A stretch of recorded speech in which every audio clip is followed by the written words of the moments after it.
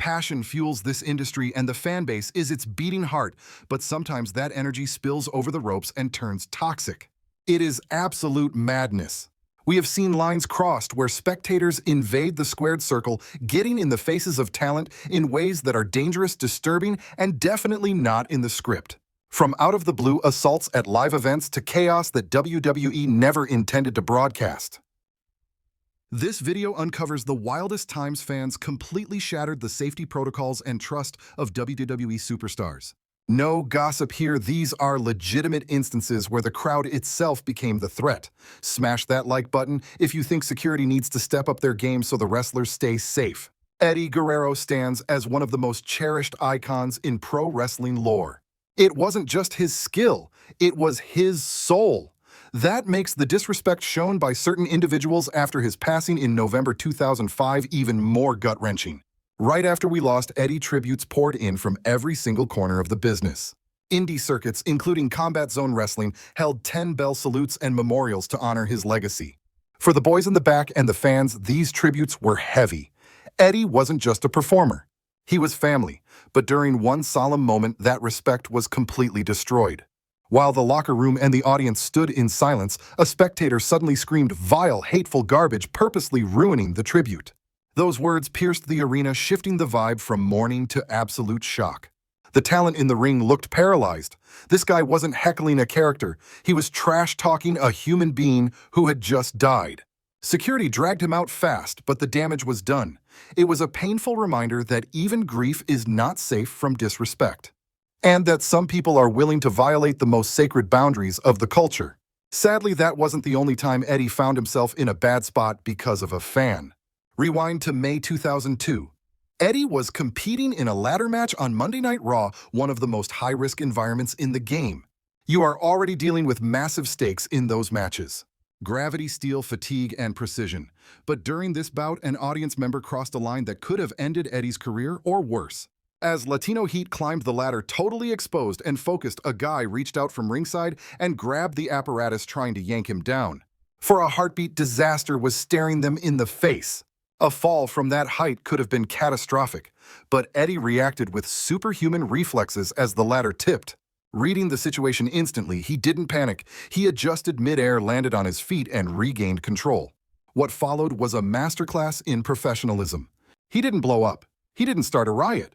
He locked eyes with security, subtly pointed out the culprit, and went right back to work protecting the show's integrity above all else. In that split second, Eddie showed exactly why he was revered by everyone he shared the ring with.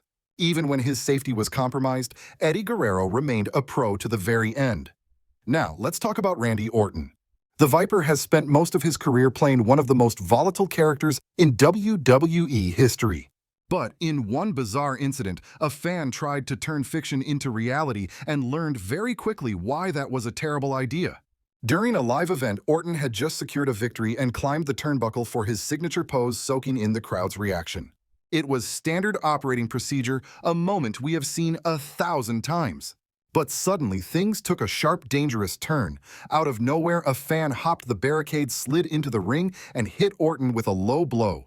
For a brief second, Orton actually sold the attack. He later admitted he was confused, assuming another wrestler had run in to continue the angle. But the moment he realized this wasn't part of the show, his demeanor flipped. The Viper stopped selling, squared up, and was ready to defend himself before security rushed in. The intruder was dragged out while the stunned crowd watched in silence. The match was finished, but the situation had escalated far beyond entertainment. What made this even stranger was the aftermath. This guy clearly had a plan. Shortly after footage surfaced of him cutting a promo-style video trying to spin the assault into a storyline debut. Staring into the lens, shirt off and breathing heavy, he declared he was coming for Randy. He ranted about wanting Orton and claimed he planned the whole thing. In his mind, this wasn't a crime, it was a feud. WWE obviously didn't see it that way. The fan was immediately arrested and slapped with trespassing and assault charges. Drop a comment if you want to see stricter security at these events. The wrestling giant slapped a permanent ban on the individual, sending a clear message that living in a fantasy land doesn't give you a pass to turn a show into a crime scene. For one obsessive spectator, the dream of throwing hands with a WWE icon didn't end in stardom, it ended in silver bracelets and a trip to the precinct. Let's talk about the Hitman. The Hall of Fame ceremony is supposed to be hallowed ground, a safe haven for the industry's elite. It is the one night where the script flips, rivals hug it out, legacies get their flowers, and the spotlight shines purely on respect. But on April 6, 2019, that sanctity was shattered for Bret Hart in a way nobody saw coming. The Hitman was up there receiving his second ring, a rare honor in the business. He was accepting the award alongside his late partner Jim the Anvil Neidhart, celebrating the iconic Hart Foundation era. His niece Natalia stood right by his side, fighting back tears as her uncle spoke about family bonds and the art of survival. To the crowd, this was more than a speech. It was witnessing a living miracle. Here was a warrior who beat a career-ending stroke, battled cancer, and survived decades of bumps standing tall, and then out of nowhere, bedlam broke loose. A guy later identified as Zachary Madsen charged the podium like a maniac and speared the 61-year-old legend right into the floor. The whole building gasped. Time stopped. This wasn't a work. This wasn't part of the run sheet. Suddenly, a real-life hero was down and vulnerable. Production killed the live feed instantly, but cell phone videos caught the ugly truth. The response was primal and immediate. A massive wave of talent and suits swarmed the stage with heavy hitters like Shane McMahon and UFC beast Travis Brown jumping in to neutralize the threat. The vibe went from gala to street fight in a heartbeat. But the moment everyone remembers happened while security dragged the guy out.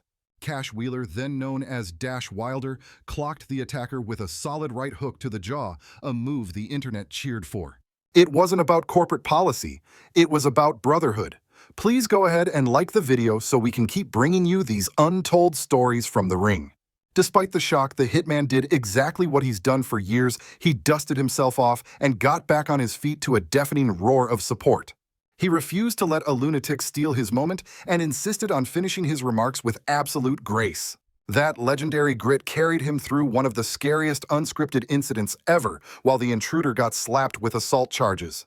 WWE beefed up their security detail immediately, but the mental scars were real. It was a harsh wake-up call that even the untouchable icons aren't always safe.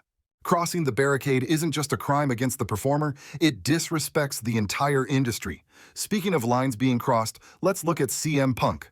Rewind to October 8, 2012, right in the thick of Punk's massive run. He was deep into that historic 434-day championship era, playing the bad guy role to perfection. Nobody was better at pushing buttons, trolling the office, and making you question what was real and what was kayfabe. That night, he had just wrapped up a wild segment involving a scrap with the boss himself, Vince McMahon. True to form, Punk bailed through the audience, a classic villain move to dodge the heat. Usually, a security team cuts a path, creating a bubble of safety. But this time, the system failed miserably. As soon as he hit the stairs, the sea of people closed in. Friendly pats turned into aggressive shoves real quick. It wasn't just high fives. People were clawing, pushing, and actually taking swings at him. You could see Punk tense up. His eyes were darting everywhere. He realized the performance was over and he was in actual danger. He later opened up about the terror, mentioning he actually heard someone shout about shoving him down the concrete steps. Amidst the mob, he was catching shots to the ribs repeatedly. Punk explained that he was getting jostled and punched before feeling shots to the back of his head. With zero personal space and adrenaline spiking, the situation reached a breaking point. When he felt another smack to the back of his skull, his fight or flight kicked in. He whipped around and threw a backhand, blindly trying to tag the aggressor, but he connected with the wrong guy. The fan he clocked, Charles Schmidt, turned out to be just a bystander caught in the crush, not the one throwing hands. The fallout was messy. The company admitted security dropped the ball while the video clip went viral instantly. To his credit, Punk didn't hide behind a PR team. He gave a raw apology, explaining that he felt like a sitting duck and reacted out of pure fear rather than malice. He was just thankful the incident didn't result in any serious damage. Schmidt actually filed a report with the police, but eventually decided to let it slide later, admitting that the whole scene was just too chaotic to pursue. It only takes a split second of vulnerability for the line between show business and actual life-threatening danger to completely disappear. Take Triple H, for example. Sometimes when a fan decides to step over the line, the security team isn't the first one to react. The real response comes from a fellow wrestler, and one of the craziest examples of this went down at a WWE show in Germany, a moment that is now legendary.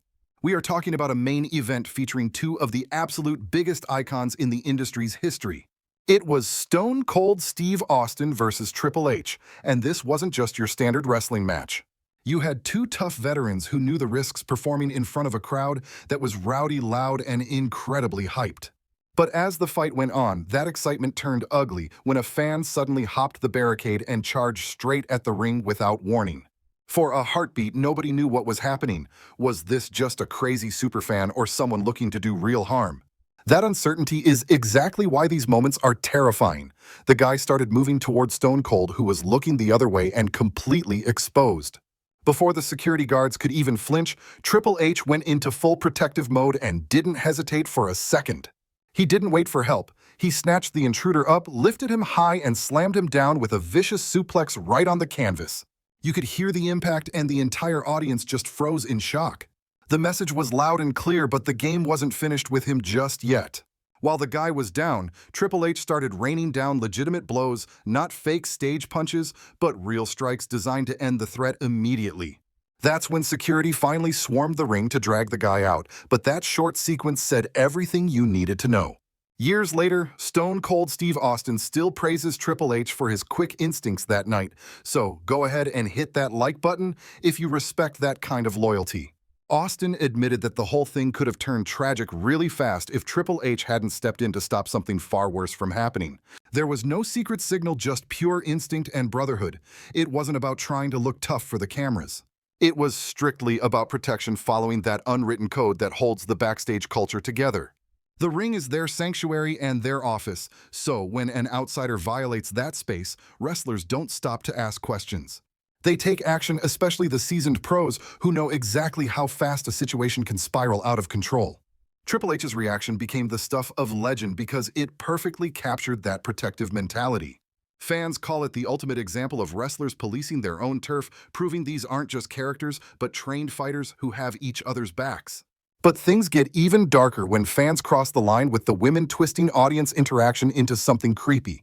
We have seen plenty of times where that closeness turns into straight-up harassment, specifically targeting the female superstars. These incidents aren't part of the script, and they definitely aren't accidents. They are violations, and one of the biggest scandals happened back in 2019 at Clash of Champions.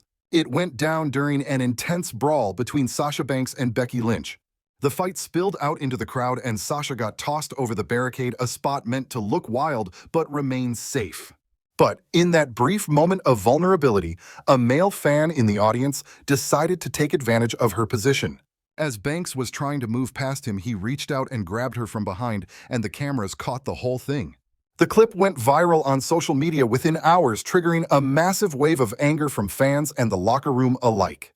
It really highlighted how exposed the talent is when they leave the ring and how quickly some people will abuse that access. Sasha later addressed it online, tweeting a sarcastic threat about suing, but even though she joked, the anger behind it was real. There was nothing funny about it. It was invasive, humiliating, and completely out of line. A similarly disturbing thing happened 2 years earlier, in August 2017, during a live event with Alexa Bliss and Nia Jax. After their match, Nia Jax was carrying a defeated Bliss over her shoulder to the back. As they walked past the fans, a young guy actually reached out and slapped Alexa right on the backside. At first, Bliss thought Nia had just adjusted her grip, but the replays proved it was actually a fan crossing the line.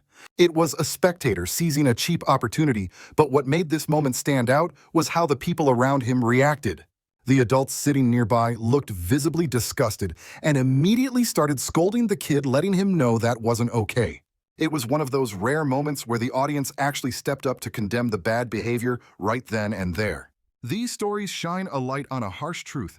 These performers might be playing characters, but their bodies are real. And when fans forget that basic respect, especially when the wrestlers are vulnerable, the show stops being fun and turns into something ugly. The following story doesn't involve a body slam or a steel chair, but the violation was just as severe as any physical attack. While the cameras were rolling at a live show, Io Sky found herself on the receiving end of a hateful verbal assault from a heckler who kept screaming at her to return to China. That kind of comment goes way beyond simple ignorance. It was straight-up racism meant to reduce a world-class athlete to a lazy stereotype and shame her in front of a packed arena, but Io handled it with absolute perfection. She didn't lose her cool or drop her persona. She simply whipped around and delivered a devastatingly calm fact check. She stated clearly that she is Japanese, a retort that instantly sucked the air out of the heckler's sails.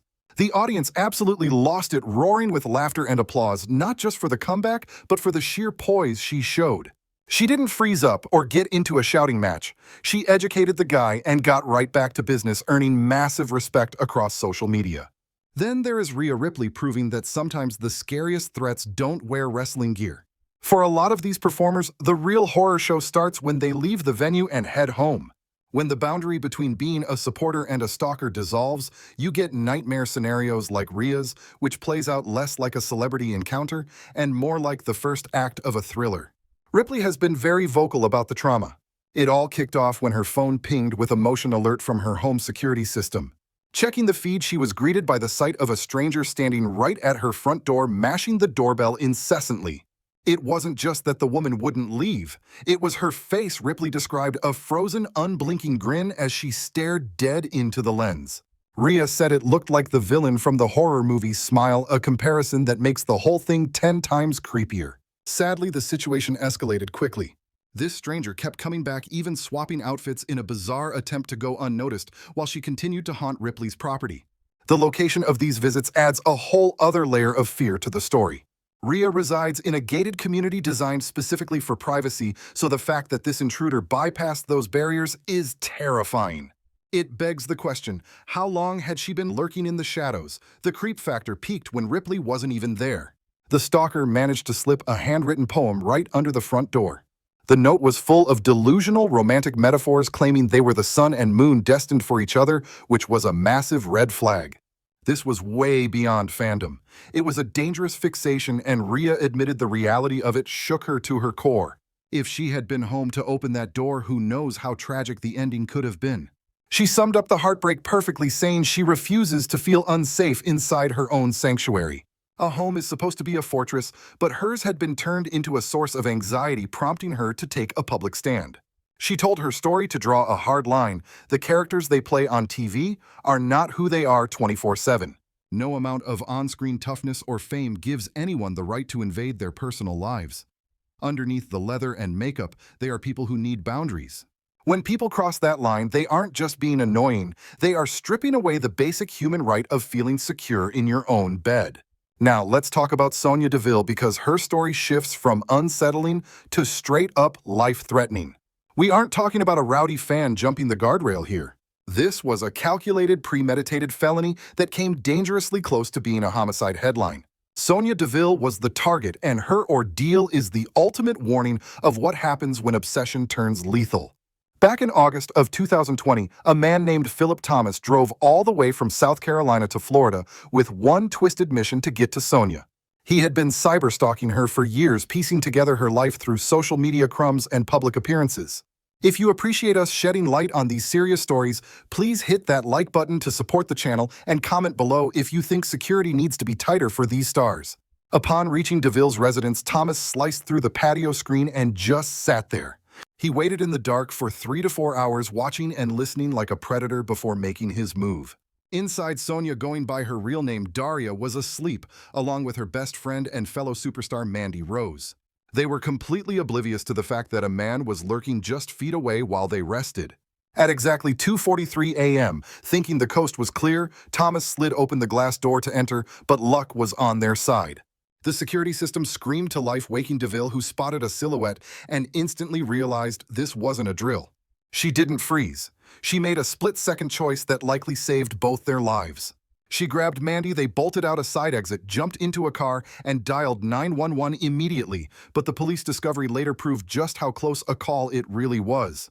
Police caught Thomas right there in the house carrying a terrifying arsenal that included a knife, mace, duct tape, and zip ties, basically everything needed for an abduction. You do not need to be a genius to realize exactly what kind of harm he intended to cause. The sheriff later admitted that if the alarm system had not done its job, the ending to this story would have been unimaginably dark. The courts handed him a 15-year prison term, but the real trauma comes from the absolute violation of her personal sanctuary. This goes way beyond a fan rushing the stage. He invaded the one place where she should have been untouchable.